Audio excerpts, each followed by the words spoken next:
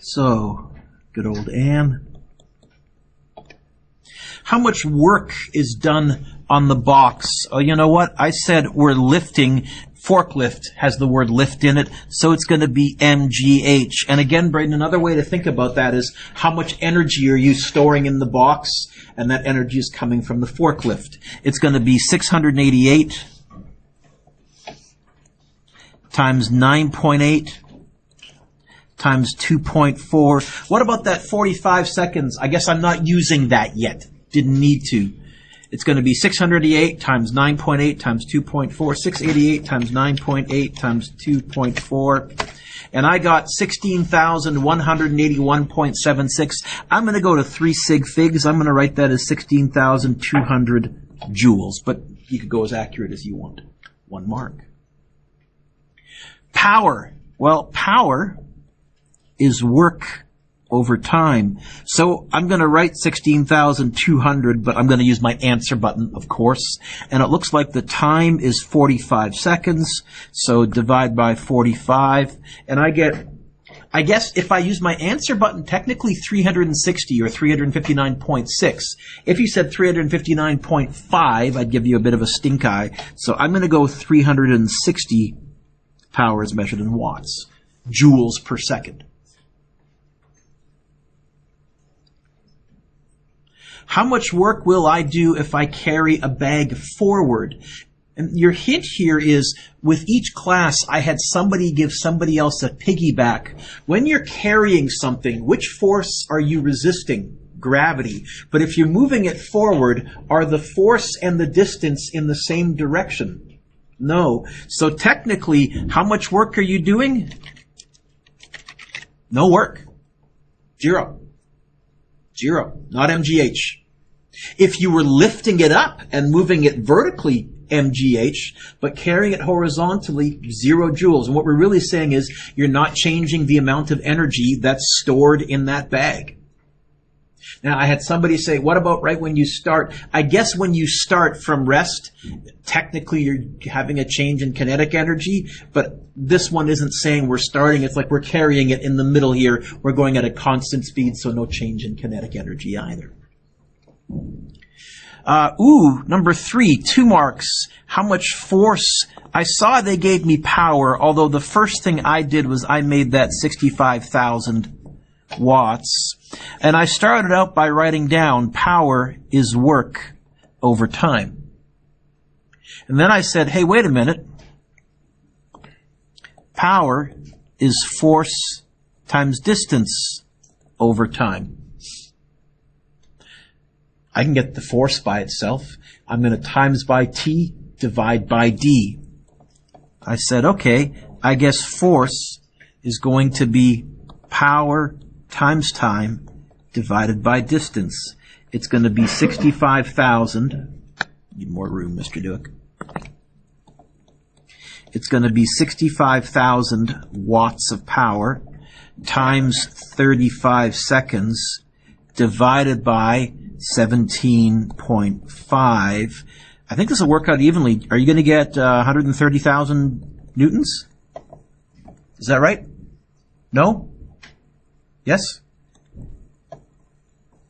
If you got that, 2 out of 2. Otherwise, I would give you a half mark if I saw that, a half mark if I saw force times distance, a half mark for getting the F by itself, and a half mark for the answer. Is that right? Is it 130,000? Yeah, okay.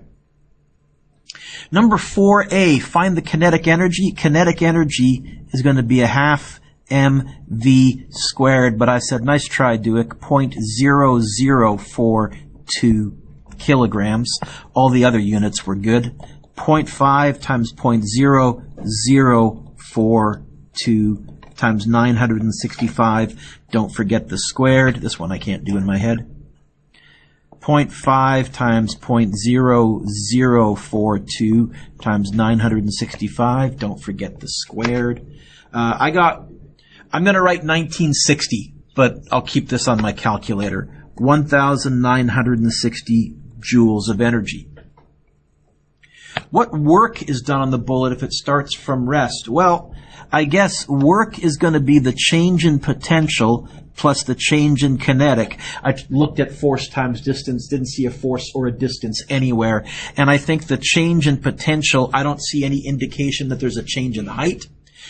And in fact, it's going to be KE final minus KE initial. And if it starts from rest, this was a long-winded way for me to get you to realize that the answer from part A and the answer from part B are the same. What did the work? The chemical energy stored in the gunpowder. If the work is done over 0.75 meters, what's the average force of a bullet? So I said, well, work is force times distance. I guess force is going to be work divided by distance. I put C on there just to give you an idea. Here's a little introduction to ballistics physics, if you're wondering how they figure out, for example, what type of bullets they are. If you measured the distance, you could also figure out the force, and then you could probably make a pretty good guess as to the mass or what type of gun or whatever.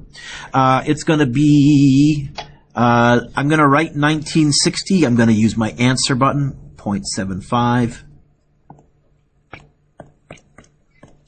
Do y'all get 2,600? I'm going to go 2,610, but 2,607.43. 2,610 newtons. It's a force. If you got that, one mark. What is the potential energy? Potential energy is mgh. M looks like it's 50. G 9.8. H is 400, 4 times 10 to the 2. I said, okay, 50 times 9.8 times 400. I got 196,000 joules of stored energy. Where did that energy come from? The gunpowder, chemical energy stored in the gunpowder. What's the change in potential energy? Well, change in anything is going to be final minus initial. The final is going to be mgh final. The initial is just going to be 196,000 joules. I have that sitting there from the previous line. So I said the change in potential energy is going to be M 50, G 9.8, H final is 200 minus 196,000. You actually get a negative answer, and I'm going to be fussy. If you didn't include the negative, I'm taking a half mark off. The change in here is an energy loss. You did lose energy. In fact, you ended up losing half the energy. It's negative 98,000, is it not? Joules. And the reason it's half the energy, you lost half the height. Okay. Find the kinetic energy of the bike and rider. I did a quick check. All the units are good. So this is going to be just plug and chug. It's going to be 0.5 times 85 times 8.5. Don't forget the squared. 0.5 times 85 times 8.5. Don't forget the squared. And I got 3,071 or 3,070.625. I'm just going to go to 3 sig figs, 3,070 joules, but I'll store it on my calculator. The rider coasts up the hill, assuming there is no friction. At what height will the bike come to a stop? Is there a change in height? Is there a change in speed? Is there probably a yucky curvy path because it's a hill? It's conservation of energy. Although if you wanted to really break it down, you could say this, Mr. Dewick, I'm pretty sure all of the initial kinetic turns into potential, because at the top of the hill, you'll be going 0 for a split second, and at the bottom of the hill, you're on the ground. So if you wanted to go there and kind of, I've understood this shortcut, you could, and then you could say 3,070, I'm going to use my answer button, equals mgh. I guess the final height is going to be 3,070 divided by mg. The final height is going to be this number divided by bracket 85 times 9.8. And I don't think you're going to get very high. 3.69, 3.7, 3.69 meters if you use your answer button. Not that high a hill. 3.69 meters, I think That's about roughly where my ceiling is, if I recall. I think we measured it once.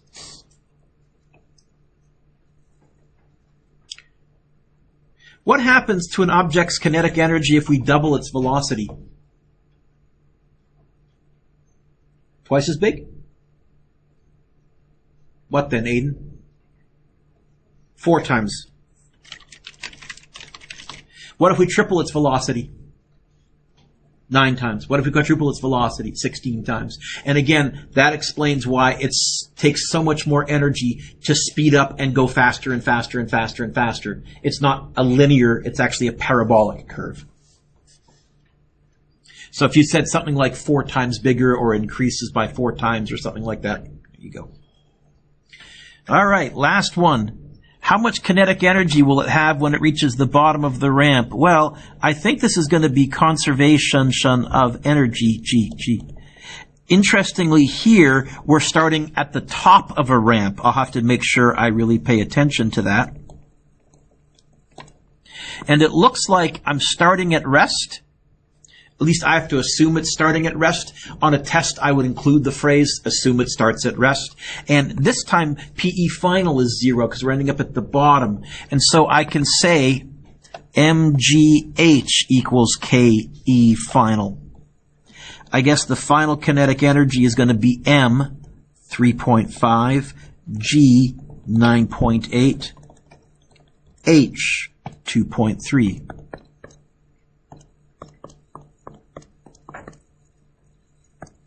And I get 78.89 joules, 78.9 joules of energy.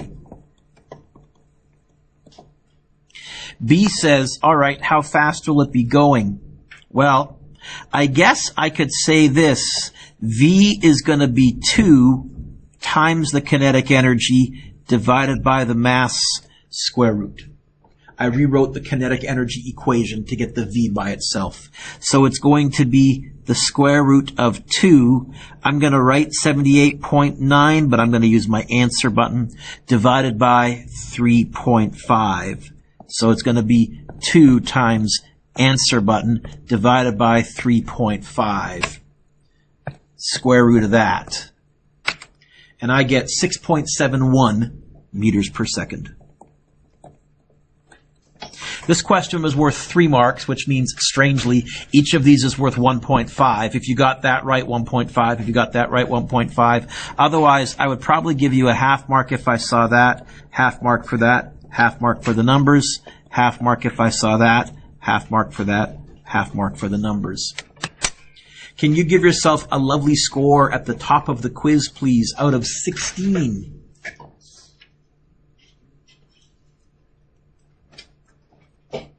And man, if you would be so kind as to pass them inwards, and the person in the middle can put them in a nice, neat stack, all facing the same way.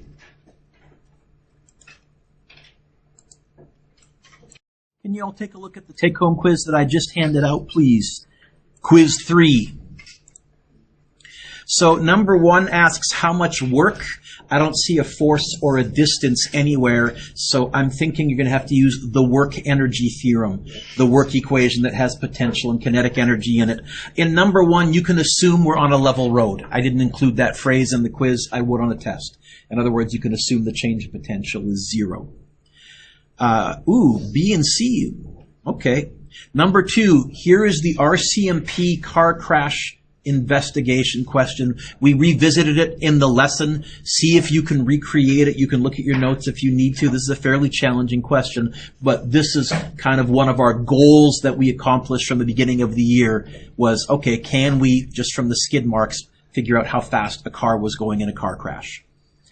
Number 4, I see a change in height, change in speed, so I'm pretty sure we're going to use conservation of energy, G. So that's at number 4. Number 3. Number 4, hey, roller coaster.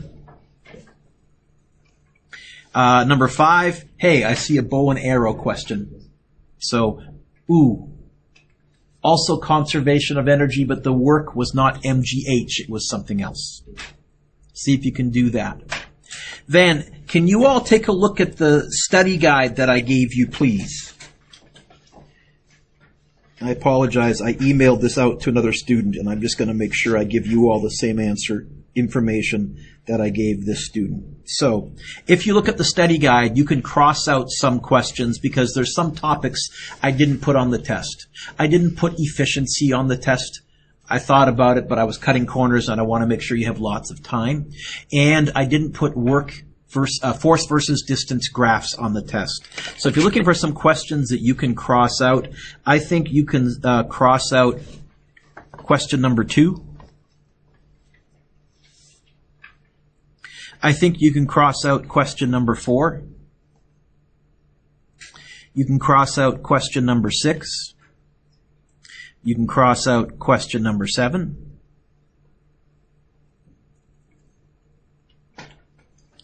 You can cross out question number 12.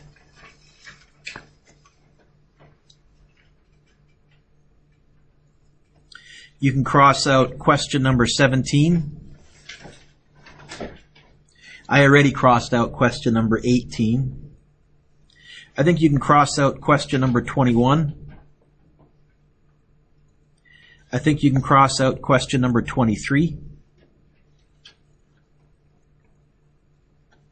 You can cross out question number 26.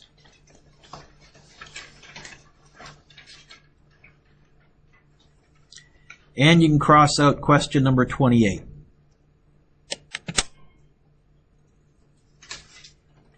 Okay.